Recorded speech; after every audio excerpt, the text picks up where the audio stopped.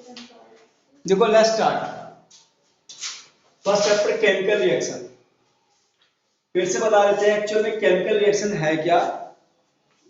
कभी भी दो रिएक्टेंट जब रिएक्ट करेंगे एक्चुअल में, जैसे हमने बताया था कि कोई वुड है, लकड़ी है, उसको हमने बर्न कराया।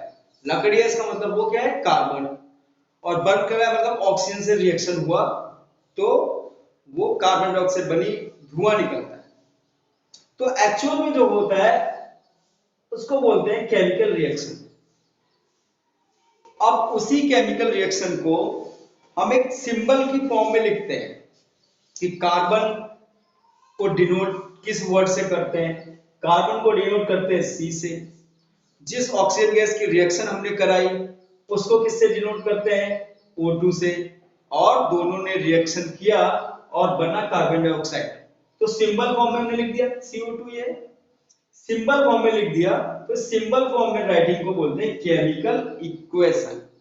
That is the basic difference between chemical reaction and chemical equation. Chemical reactions का मतलब है ओरिजिनल में एक्चुअल में क्या हुआ, और उसी जो भी हुआ है उसी को सिंबल फॉर्म में लिखने को बोलते हैं केमिकल इक्वेशन। ठीक है, तो कुछ टाइप्स हैं केमिकल रिएक्शंस के, बहुत सारे, तो उसमें से एक एक कर हम पढ़ते हैं। First is combination reaction. तो what is combination reaction? When the two reactants combine to form a single new product, the reaction is known as combination reaction. Example में आपने देखा मैग्नीशियम एंड ऑक्सीजन। मैग्नीशियम और oxygen reactant हो गए, ये combine हो गए to form a single new product. अभी मैग्नीशियम और ऑक्सीजन ने मिलके magnesium oxide as a product form किया, तो इस रिएक्शन को हम बोलेंगे कॉम्बिनेशन रिएक्शन। कॉम्बिनेशन रिएक्शन इसको इसलिए कहते हैं क्योंकि ये दोनों मैग्नीशियम ऑक्साइड कंबाइन होके एक मैग्नीशियम ऑक्साइड नाम का एक प्रोडक्ट दूसरा बना है। Is it clear? अब हम आते हैं दूसरे टाइप की equation, decomposition. Decomposition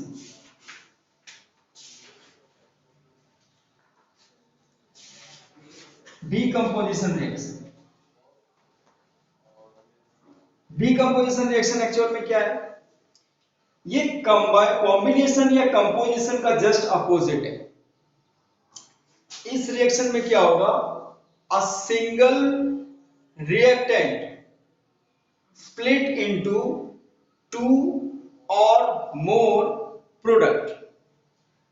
The reaction is known as decomposition reaction. जैसे हम एग्जांपल्स में देख लेते हैं,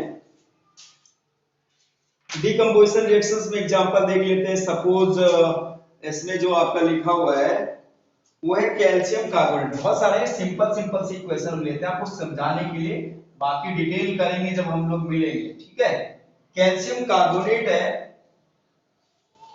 कैल्शियम का ये सिंगल रिएक्टेंट हो गया, ये स्प्लिट होगा टू और मोर सब्सटेंसेस में, तो ऐसी रिएक्शंस को डिकम्पोजिशन बोलेंगे। स्प्लिट होके इसने बनाया कैल्शियम ऑक्साइड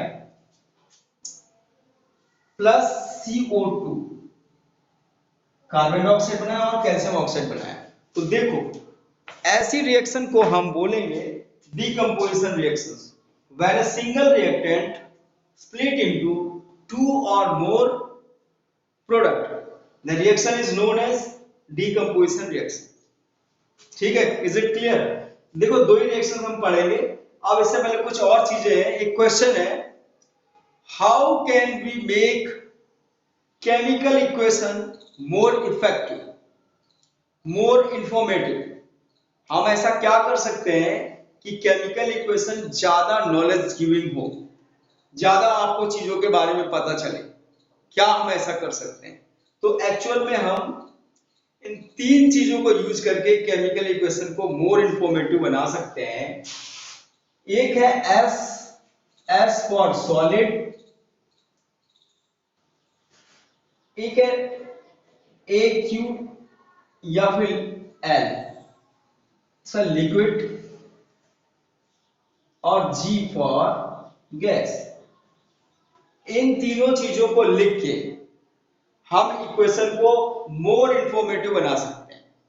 ठीक है, अब देखो आप कैसे, जैसे यहां पर ये कार्बन है, अब हमने इस इक्वेशन के कार्बन ने ऑक्सीजन के साथ रिएक्ट किया और कार्बन डाइऑक्साइड बनाया, मगर क्या ये इक्वेशन और ज्यादा इंफॉर्मेटिव लिखी जा सकती है जिससे हमें एक्चुअल में और चीजों के बारे में जानकारी मिले? होता क्या है कि हर चीज को हमारे पास वो फैसिलिटीज, वो चीजें नहीं है जिससे हम हर चीज का प्रैक्टिकल कर सकें। ठीक है ना, तो हम चाहते हैं कि जो हमें मिले, जो हम लिखा हुआ हो, जो हम देखें, उससे हमें ज्यादा से ज्यादा चीजों की जानकारी मिले। तो वही अगर हम इन चीजों को यूज कर लेंगे तो थोड़ा सा और नॉलेज हमें मिल जाएगा।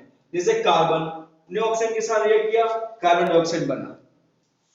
अब इस कार्बन में अगर मैं लिख देता हूं S, इस ऑक्सीजन में मैंने लिख दिया G, इसके साथ मैंने G लिख दिया।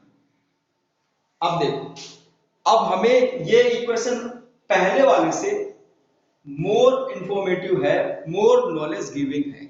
कैसे? अब हमें इस इक्वेशन से ये पता चल रहा है कि carbon as a solid use किया गया है। कार्बन का जो स्टेट है, जो हमने लिया हुआ है अपने प्रैक्टिकल के लिए, वो है सॉलिड। ऑक्सीजन, अब जैसे अब हम लोग जानते हैं ऑक्सीजन क्या है, गैस है। नहीं जानते होते तो हमें ये लिखा हुआ है तो हमें पक्का पता चलता कि हाँ ये जो भी है ये गैस फॉर्म में है। ऑक्सीजन के बारे में तो सपोज हम जानते हैं, बाकी कुछ दूसरा होता तो हमें कैसे पता चलता कि क्या है, इसका स्टेट क्या है? ऐसे हमें पता चल गया कि इसका स्टेट गैस है। और जो ये बना है CO2, अब अगर यहाँ पर G लिखा हुआ है तो हमें ये क्लियर है कि कार्बन डाइऑक्साइड जो बना है वो गैस फॉर्म में है, गैस बन के ये उड़ा है। अब सपोज ये नहीं लिखा होता तो अब हमें ये क्लियर नहीं हो रहा था कि एक्चुअल CO2 बना है। अब क्या है, ये सॉलिड है, लिक्विड है, गैस है। लिक्विड भी होता है, गैस तो पता नहीं चलेगा एक्चुअल में क्या है ना? तो अगर मैं इन चीजों को यूज कर लेता हूं तो फिर जो इक्वेशन होती है वो मोर इंफॉर्मेटिव हो जाती है, हमें ज्यादा जानकारी मिल जाती है उस इक्वेशन के बारे में। एक क्वेश्चन आता है एग्जाम में, how can we make the chemical equation more informative?